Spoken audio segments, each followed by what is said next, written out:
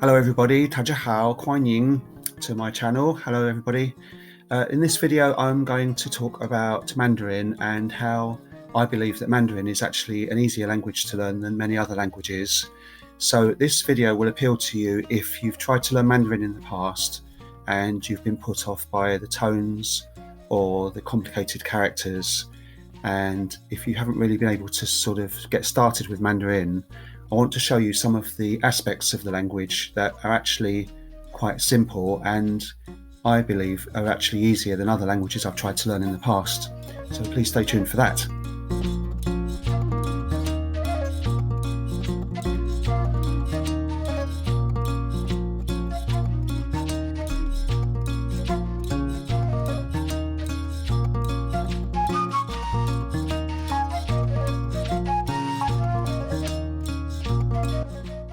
My first point is that the grammar in Mandarin is very easy.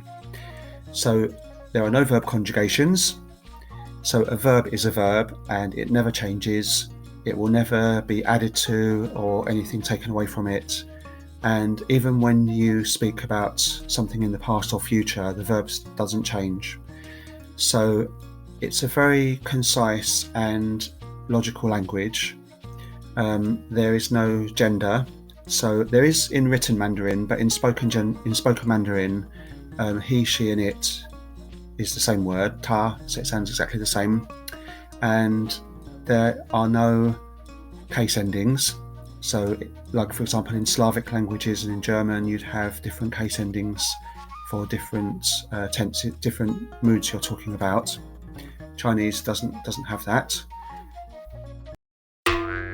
By the way, if I say Chinese instead of Mandarin, I do mean Mandarin because obviously there are other languages in China like Cantonese and so on. So I do apologise, but I'm talking about Mandarin, okay? So likewise, the verbs don't change in the past or future, and everything is set by context. So if I want to speak about the past, I would say last year or last week or last month on Tuesday, this kind of thing, and you set the context, and then that way you can carry on speaking in a similar manner to as if you were speaking in the present, but you've set the context by specifying the time in the past. And the same in the future, you can do the same thing for that. There are two small particle words which can be used to speak about the past or future. So you can say, add them into a sentence, and that means that you're talking about the past or future. So it's very simple. If it's the characters that put you off learning Mandarin, learning the new script and these new kind of complicated things, then you could always learn Mandarin with pinyin. So pinyin is a Romanized version of the language, but obviously it's pronounced differently. So there are lots of guides on the internet to how to pronounce pinyin, and often pinyin is written alongside the character, the equivalent character, so you'll have both, the best of both worlds. So Chinese people use pinyin when they're sending text messages on their phone, so they'll type in the pinyin and then a character comes up. So my point is that you don't worry about the characters at first. You can learn Mandarin through pinyin if you're the kind of person who's put off by this script. I'll come onto the script a bit later because there are some benefits of knowing it, and it's not necessarily as complicated as you think it might be.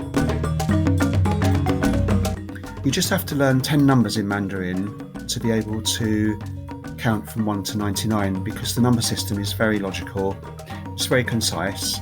So each number is one syllable, one character, and when you get to 11, you just say 10-1.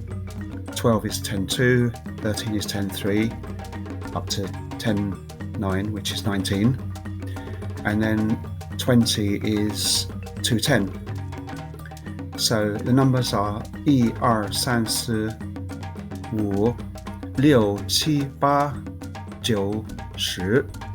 So once you know those, you can say any combination of those to make other numbers up. It's quite easy, really. In the same way, so 1, 2, 3, 1, 2, 3, So if I say the word for month, so 1月, which is 1 month, that means January. 2月, 2 month, is February. 3月 is 3 month, which is March. So that's quite easy as well. And in the same way, you can say the days of the week. So weekday 1, 星期一, which is Monday. Weekday 2, 星期二 is Tuesday. 星期三 is Wednesday, and so on. So it's a very, very logical language, and the numbers never change. So in other languages, you get cardinal and ordinal numbers. So like in English, for example, 1 first, 2 second, 3 third. Doesn't exist in Mandarin. Number 1 just stays as number 1. Number 2 just stays as number 2. There are 2 number 2s. There is also liang, which is used in a different sort of context, but I don't want to complicate things. That's about as complicated as it gets. So the number system is very, very easy. Learning new vocabulary in Mandarin can be quite easy because, for example, when you learn new words, you can sometimes get extra words thrown in to the deal. So, for example, I learned the word for giraffe, which is 长颈鹿. So 长颈鹿is comprised of 3 characters, and 长 means long, 颈 means neck, and 鹿 means deer. So 长颈鹿 is long-necked deer. Makes sense that a giraffe is a long-necked deer. And in the same way, a panda is a 大熊猫, which is a big bear cat. So you're learning the words for big and bear and cat at the same time, and long and neck and deer. Sometimes it doesn't seem logical to me. So for example, the word for person is ren, and the word for mouth is kou, and ren kou means population. So I don't know how population comes out of person mouth, but I've learnt it anyway because it's stuck in my mind. Like ren kou will just always stick with me. So I find learning vocabulary in Mandarin very easy and also quite amusing.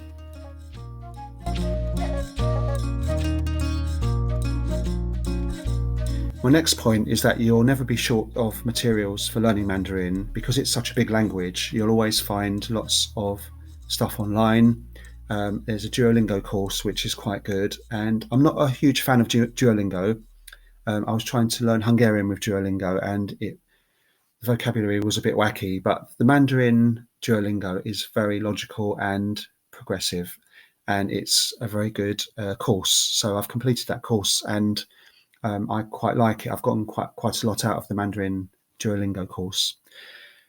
There are lots of good YouTube channels, and I was watching one of them today, and it made me realise that in the whole of China, Mandarin is widely spoken and it's widely understood, even though there are slight regional variations in accents and slight vocabulary differences, from the north and south, for example. But generally, the language is very well understood from anybody in any parts of China. So I was watching a video with a lady who was from a different part of China, and she was not pronouncing sh, as she was pronouncing it like s. But once you know what to look for, what to listen for, I could reinterpret that and kind of understand her. So that was good. So I mentioned earlier about the characters, and I said that the characters can be quite complicated, and some of them do look quite complicated. So some of the characters are made up of several components, and these components are called radicals, and the radicals are in themselves very logical. So there are certain radicals for example, person, there's a radical for a pot lid, there's a radical for water, and so on. So these particular radicals, if you can spot them within the character, you'll know that that character relates to something to do with that radical.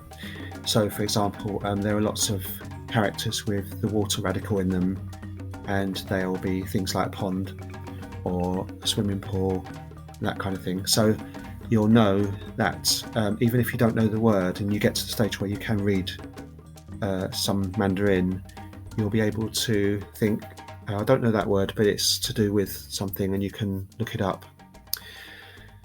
So the radicals can change shape slightly when they get modified into a character that has lots of different radicals within them. So for example, the Ren character, which is a person, just consists of two lines like this. And when it modifies, one of the sides of it gets smaller. So you'll know if you see that character with a Ren inside it, it's something to do with the person, because that's what that character means. Hope that makes sense and it's not too complicated, but it's something that you can gradually build up on, build up on, build up on. So, for example, I can't write Chinese, I can't write Mandarin, and I've been learning it for about 2.5 years, but I can read some of the characters, and I can have an idea sometimes on how they're pronounced as well from the radicals within, because that can sometimes give you a clue to the pronunciation as well as the meaning of a word. So it's a very logical language.